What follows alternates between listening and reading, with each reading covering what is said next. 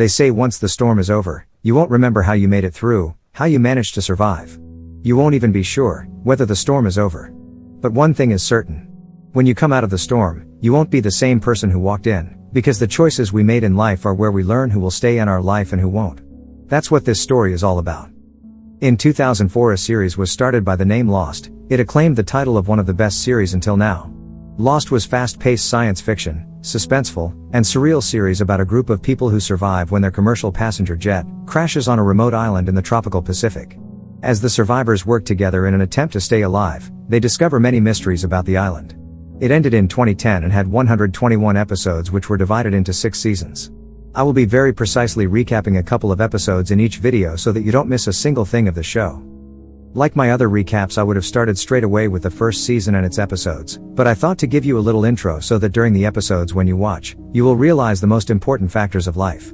By the end of this series, I guarantee you that you will say why they ended this series and it should have been continued, as it teaches us 7 things about this universe. Lesson 1. Everything happens for a reason. There was a big debate of science versus faith throughout the show, but in the end, faith and destiny prevail. Eventually, those decisions and choices place us where we are today.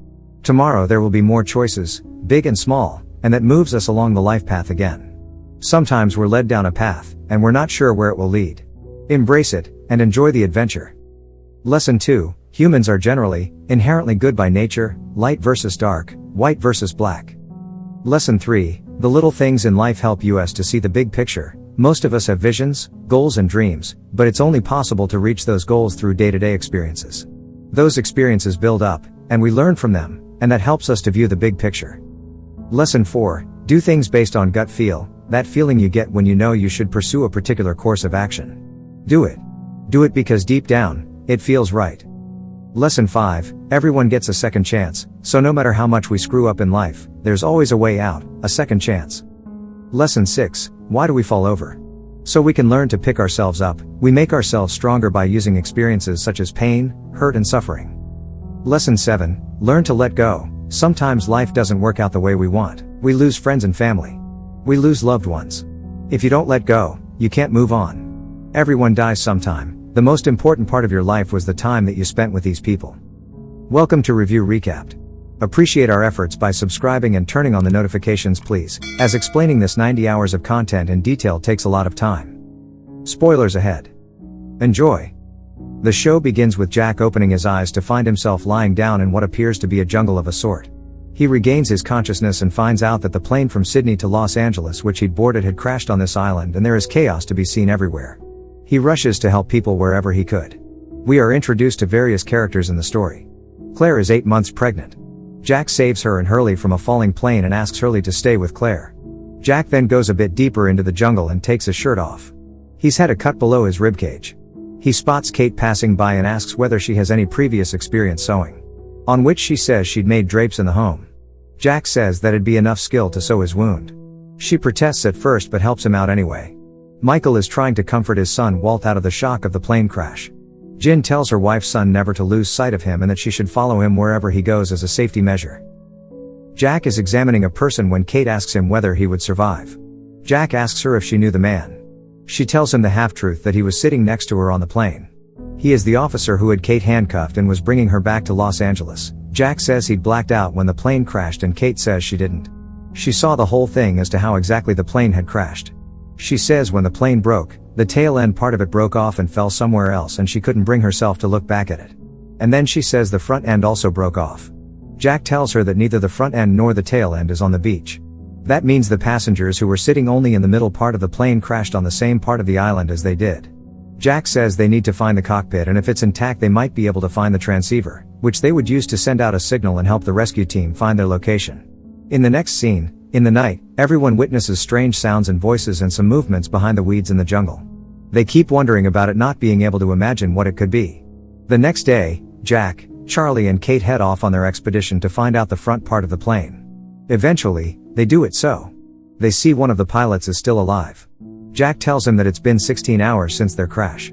The pilot informs Jack that their radio went down 6 hours in and they had turned back to land in Fiji. But by the time they hit turbulence they were 1,000 miles off the course. So, if anyone might be looking out for them, they were looking in the wrong place. They find the transceiver in the cockpit. But before they would have any use for it, they hear a mysterious and apparently frightening sound from outside the plane. They get scared wondering about it. Jack tries to look outside through the glass window. The frightening sound continues. The mysterious thing catches the pilot and kills him. His blood splatters all over the front glass of the cockpit. Jack, Charlie and Kate take off immediately from the plane, back to the beach where they'd come from. After having lost sight of each other for a while, eventually, they meet in the jungle. Charlie spots a hideous scene when he sees a dead body lying on the uppermost branch of a tree. Jack, Charlie and Kate are coming back to the beach with the transceiver. Charlie keeps asking Jack whether it's working. Jack annoyingly says no. Charlie tells Kate he is a coward and every trek needs one. However, Kate does not agree with him and she says he is not a coward. Then the scene flashes back to the plane just before the crash. An air hostess comes up to Charlie and asks him whether he needs anything. He refuses. She suspects that something is wrong with him. All of Charlie's uneasiness indicates that he is an addict and desperately needs to hit on a drug, and conveys the same message to her superiors on the plane. Charlie turns back to see this and suspects that he might have some trouble. So, he gets up and starts to walk towards the toilet in the plane and manages to get in before the authorities have the chance to catch him. The staff crew insists Charlie open the door as they have strong suspicions that he is inside hitting on a drug. At the same time, the plane shakes up a bit and had hit turbulence and is about to crash. In the next scene, we see a beach where Shannon is lying in the sun. Her brother Boone asks her whether she wants to give them a hand sorting the clothes. She refuses, saying that they are wasting their time and help is on the way. Michael runs into Son and Jin, who are catching fish on the beach, and he asks Son whether she has seen his boy, Walt. Jin doesn't like his wife talking to strangers men and tells her to fasten her top button. Michael gets the idea and walks off to find his son. Walt is looking out for his dog Vincent in the jungle. He finds a pair of handcuffs on the ground. Eventually, Michael finds him out and reminds him that he told him to stay on the beach. On the beach, Saeed and Sawyer are fighting over something. Michael had shown the handcuffs which Walt had found in the jungle to the people on the beach. Sawyer mistakenly assumes that it was Saeed who was handcuffed on the plane, and that is why he was sitting in a back row with his hands underneath a blanket, supposedly, to hide the handcuffs on his wrists. Jack interferes in their fight and succeeds to break it. Kate watches the scene but doesn't confess that it was she who was handcuffed on the plane and not Saeed. She then changes the subject and tells everyone that they have found the transceiver but it's not working. Saeed seems to be the only technical person who could get the transceiver working again. He says he needs some time to do it. Son approaches Kate and tells her in Korean that she is wanted back on the beach. She goes back and talks to Saeed. Saeed says that they are not picking up a signal. But he insists that they should want to see the bars on the radio, which suggests that they are getting reception, and if a boat happens to pass by it might pick up their distress call, but that would be a waste of battery as not much of it is left. He suggests that they could try to get a signal from high ground. Kate approaches Jack to tell him that Saeed has fixed the transceiver and she is going with him to high ground to send out a signal. Jack reminds her of their horrendous experience of the previous night, that the mysterious thing that killed the pilot would still be out there. He warns her to run if she sees or hears anything. Shannon and Boone fought. Boone doesn't like Shannon to stare at the dead bodies and be worthless. She gets angry over this and tells Boone that she is going on the hike with Saeed and Kate. Charlie, Boone and Sawyer also join them. While they are heading towards the mountaintop, Saeed and Sawyer have a brief argument over whether they should be turning on the radio to check if they are getting any reception. Sawyer wants to check it and Saeed insists that they should check it once they reach the top lest any battery should get wasted. The argument is about to get heated up when they again hear the strange noise. Charlie thinks that the mysterious thing is getting towards them to attack them. Kate also shares the same view and starts to run away from the scene with everyone else except Sawyer. Sawyer stands still in the jungle to take the bull by the horns, whatever it is. He points out the gun in the direction of the sound and shoots a couple of bullets. He finds that the thing they were wondering about at that time turned out to be a polar bear. The polar bear lies in front of him taking its last breaths. Boone asks Charlie whether he thinks it was the same bear that killed the pilot in the cockpit. But Charlie says that it is just a tiny version of what that thing could have been. Everyone speculates over whether it was a polar bear. Kate asks Sawyer where the gun came from and he answers that he found the gun on one of the bodies. He also finds a U.S. Marshal badge and shows that to everyone. Earlier Sawyer had accused Saeed to be the U.S. Marshal's prisoner, and this time Saeed accuses him back to be the prisoner that the U.S. Marshal was bringing back to the States. Both are suspicious of each other. Kate rips the gun off Sawyer and takes it apart to avoid any future trouble among them. The scene again flashes back to the plane just before its crash. The U.S. Marshal gets heavily hit by a falling bag on his forehead. It draws a lot of blood. He gradually falls unconscious. Kate gropes for a key to her handcuff in the Marshal's jacket pocket and finds it. She manages to free her hands from the handcuffs. At that moment we see the tail end part of the plane break off, about which Kate had told Jack in the first episode that she could not bring herself to look back at it. Back on the beach, Jack is treating the US Marshal and he abruptly regains consciousness. Jack gets furious that now the Marshal has regained consciousness, he will have to suffer through that excruciating pain. Instead, Marshal grabs his collar and asks him whether Kate was. The group reaches higher on the mountain and Saeed turns on the radio. He says he's got a bar on the radio, but all they could hear from it is static. Saeed says that they are not able to transmit a signal because they are getting disturbances, as someone else is also trying to transmit a signal from somewhere very close to them. Then they hear someone talking on the radio. The person on the phone is speaking French. Only Shannon amongst them understands French. So they request her to translate that for them. She says that the person on the other line, which is a woman, is saying that everyone with her has been killed. The thing has killed them and she is the only survivor. Saeed realizes that it is an iteration, the same message repeated over and over, and kind of a distress call. Saeed says that the number they heard on the phone indicates the number of times the message has been played on. He does the counting and comes up with an answer that the message, which is a plea for help, has been playing for 16 years. That means the distress call that they are hearing now has been placed 16 years back. Boone suspects that someone else is also stranded on the island. Kate says that the rescue team may have come for them. Sawyer says that if the rescue team is already there, which has come for the people who have placed the distress call, then why the message is still playing? Charlie wonders what exactly is the place they are stranded on. The US Marshal keeps asking Jack about Kate as he is treating him. He warns Jack not to trust her.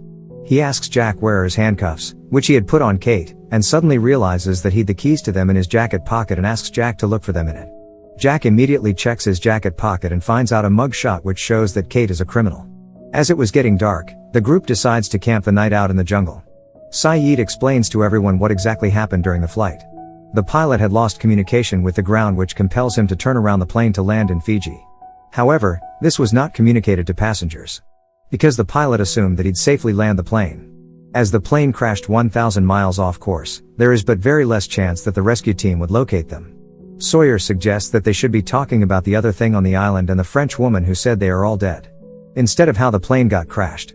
The group debates whether to tell the people back on the island what they've heard. Saeed makes his point that if they told the truth without fully understanding it, it may cause panic and people might lose hope that they would ever be rescued off the island. Back on the beach, Hurley gets his hands laid on the paper which is Kate's mug shot as a criminal.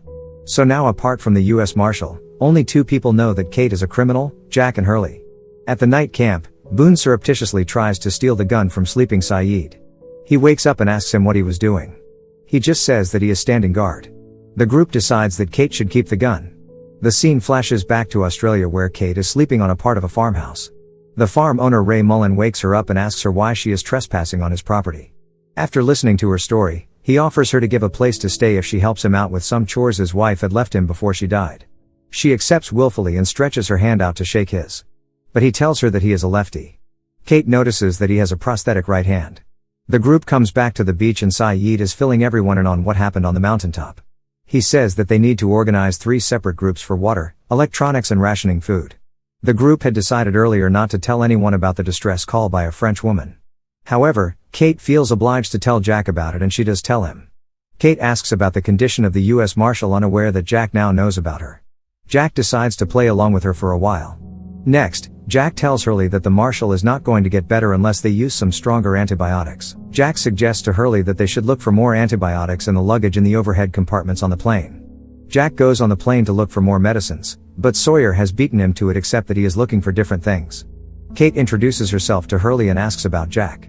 Hurley notices a gun tucked in at the waist of her jeans in the back and gets scared, remembering that she is a criminal. He almost runs away from her in fear, leaving Kate wondering about it. In a flashback, Kate tries to sneak away in the middle of the night from the farm when Ray catches her. He requests her to leave the next morning, which she accepts. Ray had found out about her when he had seen her picture in the post office. He makes that request because he intends to turn her over to the police. He tactfully disguises his intention and drives her off. Kate spots a vehicle which was following them and immediately realizes that Ray has got to know about her and suspects his intentions. We see the US Marshal in the vehicle, who makes a gesture of a bullet shoot, meaning that she's got caught. Michael doesn't like his son to be hanging around with a lock. But Walt considers him as his friend. Michael goes into the jungle to find Vincent out for Walt. In the weeds, he hears a growling sound there and starts to run off back to the beach. On the way, he runs into Son in an awkward situation and walks away back towards the beach. Sawyer comes up to Kate and suggests to her that she should put the marshal out of his misery because that beats the marshal going through all that pain and them listening to him screaming all night. In a flashback, Kate tries to steer the car away in an attempt to escape. But the car gets overturned and catches fire. Kate pulls Ray out of the car and drags him as far as the road to save his life. The marshal catches up with her there and she gets arrested. Back on the beach, she walks into their tent with Marshall to talk and Marshall requests her to put him out of his misery. Though being a criminal she hesitates to do it and Sawyer does that. Sawyer shoots the marshal but misses his heart, meaning the marshal will now suffer even more pain until he bleeds out to death. Michael had forbidden Walt to speak with John. However, John later extends an act of kindness towards Michael that may help the father-son relationship. Michael gets Vincent back to Walt as he sees the happy expression on his face. The episode ends with John Locke's enigmatic look on his face. Hope you enjoyed it. Don't forget to turn on the notifications to see what happens next.